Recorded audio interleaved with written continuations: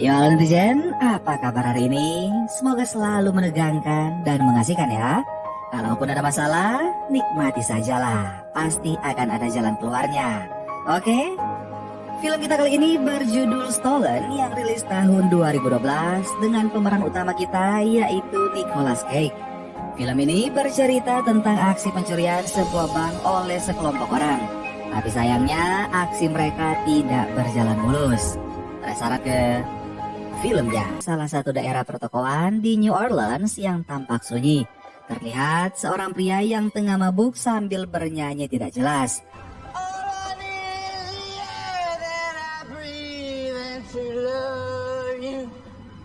Saat sang pria yang akan buang air kecil, tiba-tiba dia dikejutkan dengan kemunculan FBI. Ternyata ada banyak FBI yang sedang mengintai di tempat itu.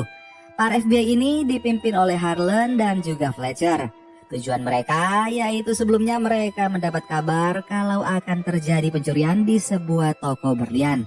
Dan pencuri itu adalah Will.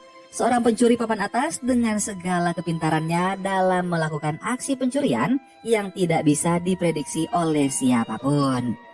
Di sini Will tidak beraksi sendirian, melainkan bersama teman-temannya yang bernama Vincent, Riley, dan juga Hoyt yang bersiap mematikan saluran listrik. Saat listrik berhasil dimatikan Hoyt, Will dan Vincent kemudian masuk ke dalam toko mainan.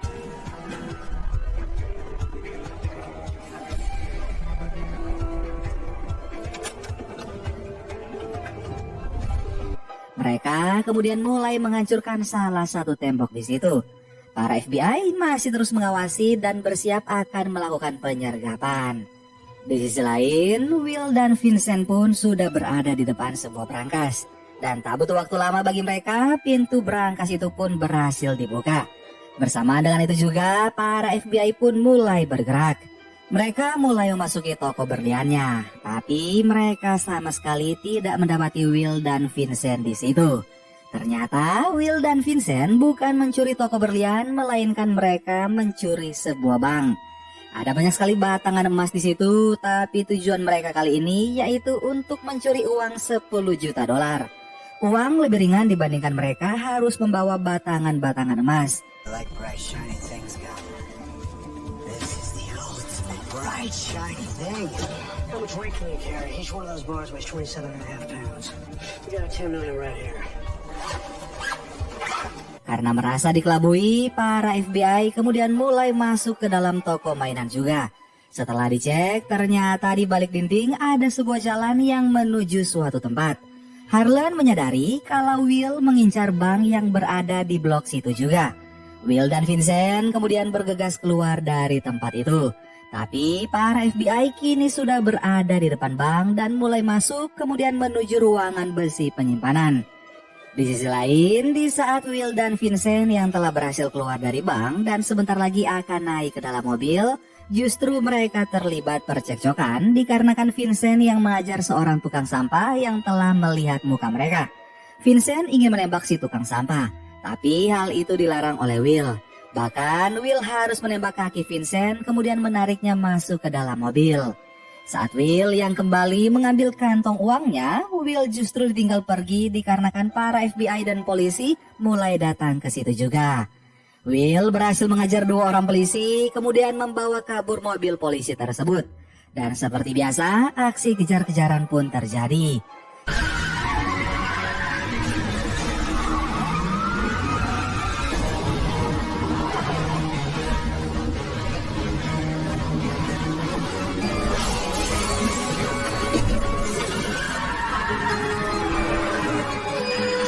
Tapi Will berhasil terpojokkan dan kini Will tak punya pilihan lain selain menyerahkan dirinya pada polisi dan FBI. Fletcher yang mengecek ke dalam kemudian keluar mengatakan pada Harlan kalau uangnya sudah tidak ada. Scene pun berpindah 8 tahun kemudian di mana Will yang baru saja bebas. Walaupun sudah bebas, Harlan dan Fletcher terus mengawasi Will. Tak hanya itu, mereka bahkan memberikan tumpangan pada Will dan mengantarkan Will menuju tempat tinggal anaknya. Di perjalanan, Harlan dan Fletcher mulai mengintimidasi Will tentang uang 10 juta dolar yang mereka tidak temukan. Mereka masih mengira kalau Will menyembunyikan uang tersebut di suatu tempat. Tapi Will mengatakan kalau dia tidak menyimpan uang itu. Harlan kemudian mengatakan lagi pada Will kalau Vincent telah meninggal. Will pun menjadi terkejut mendengar hal itu. Saat Will telah sampai, Will langsung bertemu dengan anaknya yang bernama Allison. Allison tampak tak senang dengan kedatangan Will. Dari sini kita bisa simpulkan bahwa Will dan anaknya memiliki hubungan yang tidak baik. Allison kemudian memberikan sebuah paket pada Will yang diberikan oleh seseorang yang dia tidak kenal. Setelah itu, Will kemudian mengajak Allison untuk mengobrol dengannya sebentar. Saat berada di sebuah kafe, Will pun menjelaskan pada Allison kalau dia tak ingin menjadi seorang penjahat. Tapi ada banyak kejadian buruk yang harus dilewati oleh Will dan dia juga harus memenuhi kebutuhan dan juga tuntutan hidup. Walaupun dia tahu kalau itu bukan menjadi sebuah alasan. 8 tahun yang panjang yang dia lewati di penjara telah membuatnya berubah. Will mencoba memberikan pengertian dan meyakinkan anaknya itu. Tapi Allison justru pergi meninggalkannya. Will pun mengejar Allison dan bertanya kenapa dia buru-buru untuk pergi. Allison menjawab kalau dia akan terlambat untuk sesi konsultasi kejiwaannya. Ternyata selama ini Allison mengalami gangguan kejiwaan dan mengharuskannya setiap minggu untuk mendatangi psikiater kejiwaan.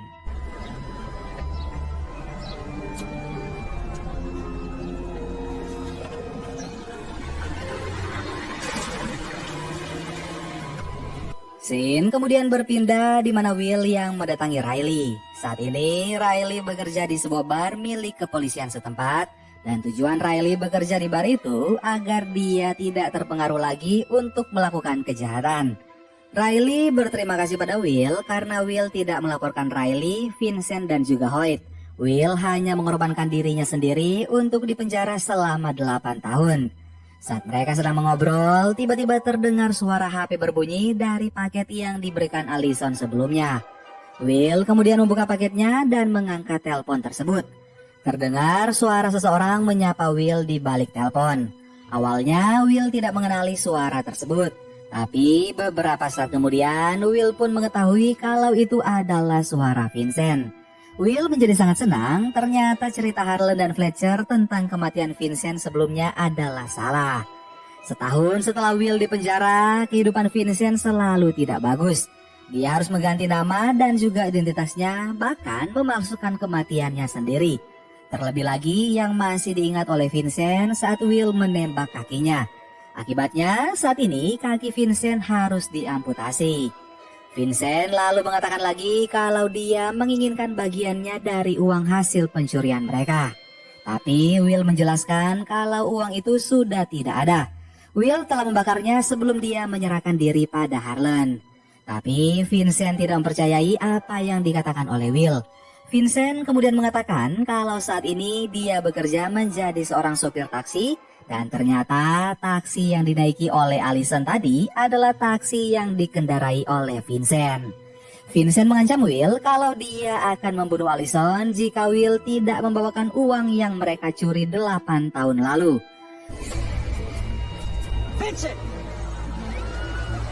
Vincent lalu membawa Allison ke sebuah tempat kemudian menyuntikkan obat penenang. Your father, I would never have attended me in my time of need. Scene pun berpindah di mana Will yang kembali ditelepon oleh Vincent. Will tak punya pilihan lain selain membawa uang yang diminta oleh Vincent agar Allison tetap selamat. Will meminta waktu 24 jam baginya karena dia harus mengambil uang tersebut di sebuah kota yang bernama Tuscaloosa. Tapi Vincent hanya memberinya waktu 12 jam saja. Vincent juga memperingati Will jika nanti dia menelpon Will harus mengangkat teleponnya sebelum melewati bunyi nada ke-8. Jika melewati itu, maka Allison akan mati. Dengan cepat, Will kemudian menuju stasiun kereta api. Tapi sebelumnya, Will membeli sebuah HP lalu menduplikat HP yang diberikan Vincent ke HP yang baru saja dia beli. Will lalu masuk ke dalam gerbong dan meninggalkan HP milik Vincent di situ.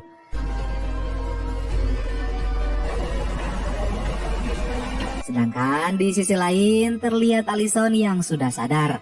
Tapi ternyata saat ini dia disekap di dalam bagasi taksi yang dibawa oleh Vincent. Karena di bagasi itu sudah dilapisi peredam suara, ditambah lagi di luar sedang ada acara, sekencang apapun Allison berteriak tidak akan terdengar. Scene kembali berpindah di mana Will yang datang ke kantor FBI dan bertemu dengan Harlan. Will kemudian menceritakan kalau Vincent masih hidup dan saat ini anaknya sedang diculik oleh Vincent dengan menggunakan sebuah taksi.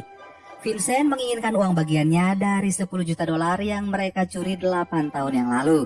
Tapi Will kembali mengatakan pada Harlan kalau uang itu sudah dibakar olehnya sesaat sebelum menyerahkan diri. Alasan Will juga membakar uang itu agar dia mendapat pengurangan masa tahanan karena tidak ada barang bukti hasil pencuriannya. Setelah mendengar cerita dari Will, Harlan justru tidak percaya, bahkan menganggap semua yang diceritakan oleh Will adalah omong kosong belaka dan hanya akal-akalan Will saja. Harlan menganggap Will adalah seorang pencuri yang cerdik. Tiba-tiba Fletcher datang ke situ. Harlan lalu menunjukkan pada Will tentang data kematian Vincent, di mana Vincent meninggal karena dibunuh. Bahkan setelah dibunuh, tubuh Vincent pun dibakar dan dari potongan jari yang mereka temukan menjadi bukti kuat kalau mayat itu adalah Vincent. Will tetap bersikeras kalau Vincent masih hidup dan memohon pada Harlan untuk membantunya karena waktunya tidak banyak. Tapi Harlan tidak mau membantu Will dan berkata kalau dia tidak ingin dipermainkan lagi oleh Will. Harlan kemudian meminta Fletcher untuk membawa Will keluar dari situ. Saat mereka berada di dalam lift, Will kemudian mengajar Fletcher hingga pingsan, kemudian mengambil ID card milik Fletcher. Will ternyata kembali dan mulai menggunakan ID card itu untuk mengakses alamat rumah yang tertera di data kematian Vincent. Tak hanya itu, Will juga mencari tahu alamat rumah Hoyt. Setelah berhasil mendapatkan data yang dibutuhkan, Will kemudian pergi dari situ. Di sisi lain, terlihat Allison yang masih berada dalam bagasi. Allison kemudian mencabut kabel listrik yang terhubung di lampu belakang mobil. Tak lama setelah itu, tiba-tiba ada seorang pria yang masuk ke dalam taksi dan meminta untuk mengantarkannya ke sebuah alamat. Walaupun Vincent mengatakan kalau dia tidak menerima penumpang karena sedang libur, sang penumpang tetap bermohon agar Vincent mengantarkannya. Allison yang mendengar ada orang yang masuk ke dalam mobil berusaha berteriak untuk meminta bantuan. Allison juga berusaha melubangi jok belakang kursi di situ. Sepanjang perjalanan, sang penumpang terus berbicara, bahkan obrolannya sangatlah menyinggung perasaan. Saat Allison yang berhasil melubangi jok, di saat yang bersamaan juga, Vincent menghentikan mobilnya, kemudian menarik sang penumpang keluar dari mobil dan menghajarnya. Di sisi lain, ternyata Fletcher telah sadar dan kini bersama dengan Harlan mereka sedang mengecek CCTV. Mereka mendapati kalau Will telah mengakses salah satu komputer di situ. Mereka juga melihat histori pencarian Will, yaitu tentang kematian Vincent dan juga data tentang Hoyt. Mengetahui hal itu, Harlan kemudian bergegas mendatangi alamat tempat tinggal Hoyt. Scene kemudian berpindah memperlihatkan Hoyt dan saat Hoyt masuk ke dalam apartemennya, ternyata di dalam Will sudah menunggunya kemudian langsung memukulnya. Will akhirnya mengetahui kalau Vincent bekerja sama dengan Hoyt untuk mencuri Allison. Will bertanya di mana Vincent membawa anaknya, tapi Hoyt juga tidak tahu. Yang dia tahu, Vincent sedang membawa Allison berkeliling dan Allison berada di dalam bagasi taksi. Hoyt sempat mengatakan pada Vincent kalau ide mencuri Allison sangatlah buruk. Mereka seperti mencuri dari perampok bank terhebat di Amerika. FBI pun ternyata sudah berada di situ juga.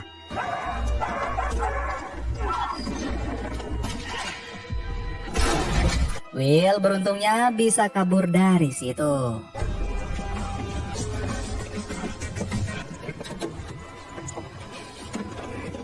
Di sisi lain, mobil Vincent diberhentikan oleh seorang polisi karena melihat lampu remnya yang mati.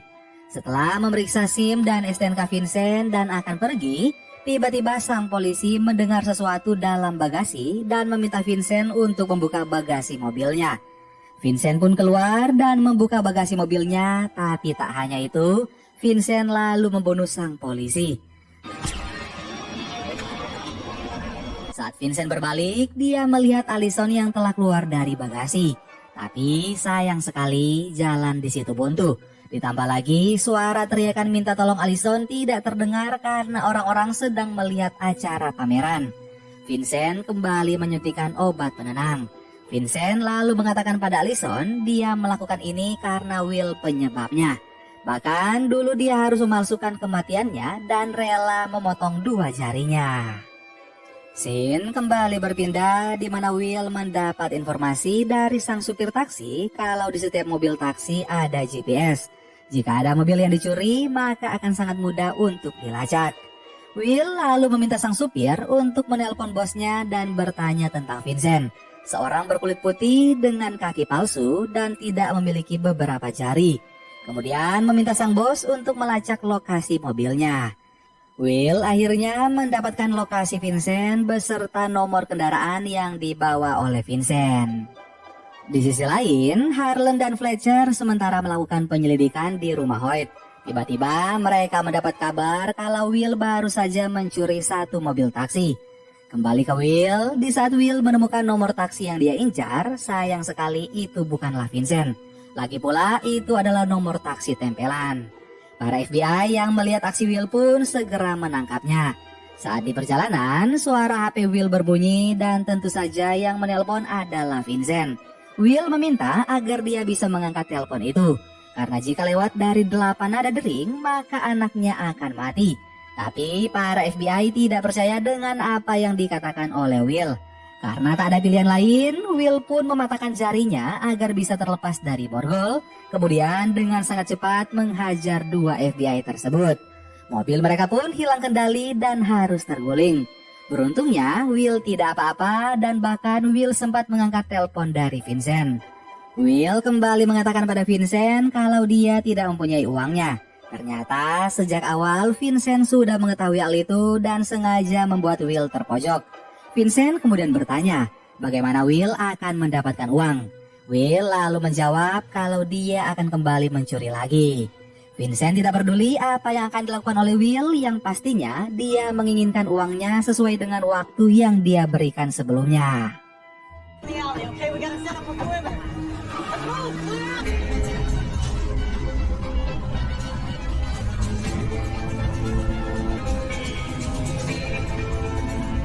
Will kemudian menelpon Riley dan meminta untuk bertemu karena saat ini dia membutuhkan bantuan. Singkat cerita, Will pun bertemu dengan Riley, kemudian menceritakan kalau Vincent masih hidup dan dia menginginkan uang $10 juta yang mereka curi dan waktunya kini hanya tersisa 3 jam lagi. Will mengatakan kalau bank yang mereka rampok dulu di dalamnya ada emas batangan yang bernilai $100 juta. Dan batangan emas itu yang akan dicuri. Tapi dia membutuhkan bantuan Riley. Riley tentu saja mengatakan kalau itu tidak mungkin. Bagaimana mereka bisa masuk ke dalam situ sedangkan hari masih siang. Dan terlebih lagi Riley sudah berjanji pada dirinya kalau dia tidak akan mencuri lagi. Tapi Will kembali memohon pada Riley kalau dia benar-benar membutuhkan bantuan. Terlebih Vincent akan membunuh anaknya jika dia tidak membawa uang $10 juta. Riley pun mengiyakan untuk membantu Will. Di sisi lain, Harlan dan Fletcher mendatangi pemilik taksi di mana Will mencuri mobilnya. Sang pemilik mengatakan kalau sebelumnya Will menanyakan tentang seorang supir taksi yang kakinya cacat, bahkan jari-jari tangannya sudah tidak ada beberapa. Saat sang pemilik menunjukkan foto dari sang sopir yang ditanya Will, Harlan menjadi terkejut karena itu adalah Vincent. Harlan akhirnya percaya dengan apa yang dikatakan oleh Will sebelumnya. Scene kembali berpindah di mana saat ini Will dan Riley sedang berada di sebuah gedung. Gedung itu berada 6 blok dari bank yang akan mereka curi. Ternyata rencana ini sudah diperhitungkan oleh Will selama 8 tahun saat dia masih di penjara. 30 meters, then we go left.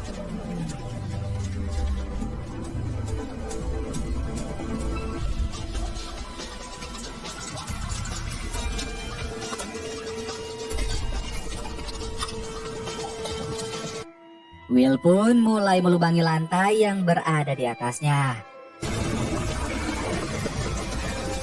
Sedangkan di sisi lain, Harlan sudah tahu kalau Will tidak memiliki uang. Jadi ada kemungkinan Will akan melakukan aksi pencurian lagi untuk mendapatkan uang tebusan untuk anaknya. Harlan lalu meminta Fletcher untuk mencari data daftar bank yang pernah diinjak oleh Will di kota itu. Kembali ke Will, ternyata lantai yang dilubangi Will adalah lantai brankas tempat penyimpanan emas-emas batangan.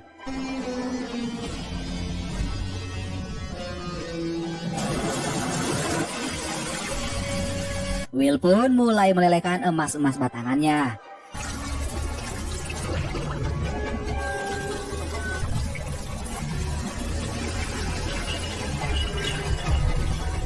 Mereka hanya memiliki waktu 5 menit sebelum alarm tanda kebakaran berbunyi di ruangan itu.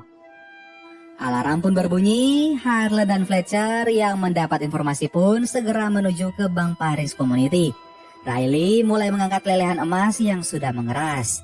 Di luar bank, Harlan pun sudah datang dan mereka segera bergegas menuju ke brankas penyimpanan.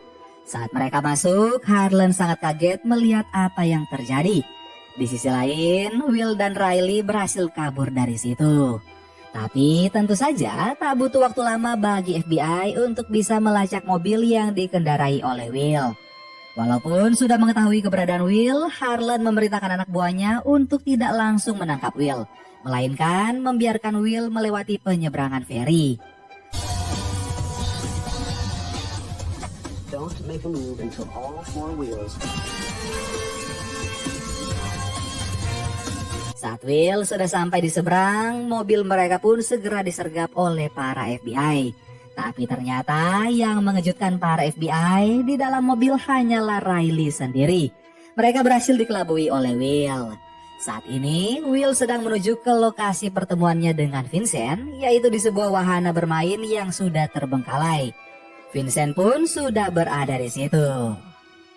Scene kemudian berpindah di mana Harlan yang agak kecewa karena berhasil ditipu oleh Will. Tapi sebagai seorang FBI, Harlan tetap berpikir tenang. Kemudian dia berasumsi kalau Will dan Vincent pasti akan bertemu di tempat yang sunyi dan juga netral. Fletcher kemudian menyebutkan beberapa tempat di kota itu. Dan Harlan lalu berpikir ada sebuah wahana bermain yang sudah tidak digunakan lagi dan juga sudah terbengkalai. Kemungkinan Will dan Vincent akan bertemu di situ. Scene pun berpindah di mana hari sudah mulai gelap dan Will juga sudah sampai di situ. Saat bertemu dengan Vincent, Will kemudian bertanya di mana Allison. Will lalu memberikan uang yang diinginkan Vincent tapi dalam bentuk emas batangan. Bukannya memberikan Allison pada Will, Vincent ternyata masih menyekap Allison di dalam mobil. Dan sebentar lagi mobilnya akan diledakkan. Terjadilah perkelahian di antara keduanya. Mobil pun terlihat mulai terbakar. Sesaat sebelum mobil itu akan meledak, Will berhasil membawa mobil itu menuju danau.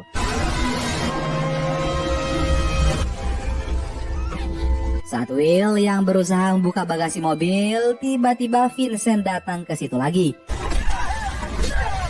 Will berhasil mengeluarkan Allison dan akhirnya Will berhasil juga membunuh Vincent.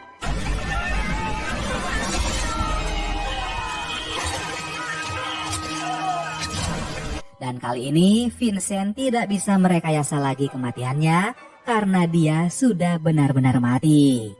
Will pun terlihat sekarat karena sebelumnya Vincent berhasil menusuk perutnya.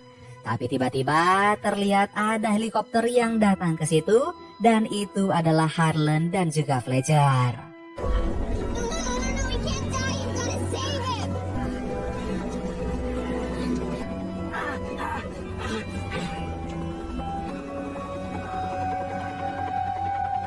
Di akhir film memperlihatkan Will, Allison dan Riley yang bersama.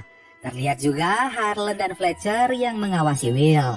Karena dari berat emas yang dicuri oleh Will sebelumnya masih kurang 10 pound atau kurang lebih 5 kg lagi.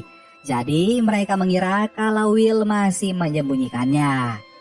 Saat sedang mengangkat barang dari mobil, Will juga tak sengaja melihat ada bongkahan emas yang terselip. Will kemudian memanggil Riley. Will awalnya ingin mengambil emas itu, tapi Riley mengatakan kalau mereka bisa kembali ke dalam penjara. Will akhirnya membuang emas itu ke laut. Setelah melihat emas itu dibuang ke laut, Harlan merasa lega karena dia tidak harus membuntuti Will lagi. Kehidupannya akan lebih tenang. Will pun kembali melanjutkan piknik mereka. Tapi ternyata emasnya masih ada di atas meja dan benda yang dibuang Will tadi bukanlah emas. Dan film Stolen pun selesai. Ending yang sangat membahagiakan. Will akhirnya bisa berkumpul kembali bersama anaknya dan tentu saja Will masih punya cukup uang untuk hidup enak jika dia menjual bongkahan emas tersebut. Gimana guys film kita kali ini? Silahkan kalian komen di bawah ya. Terima kasih buat kalian yang sudah subscribe channel ini. Sampai ketemu lagi di film-film seru selanjutnya dan sesulit apapun kondisi, ayah adalah sosok yang akan selalu berusaha mengatakan ada saat anaknya membutuhkan sesuatu. Dadah.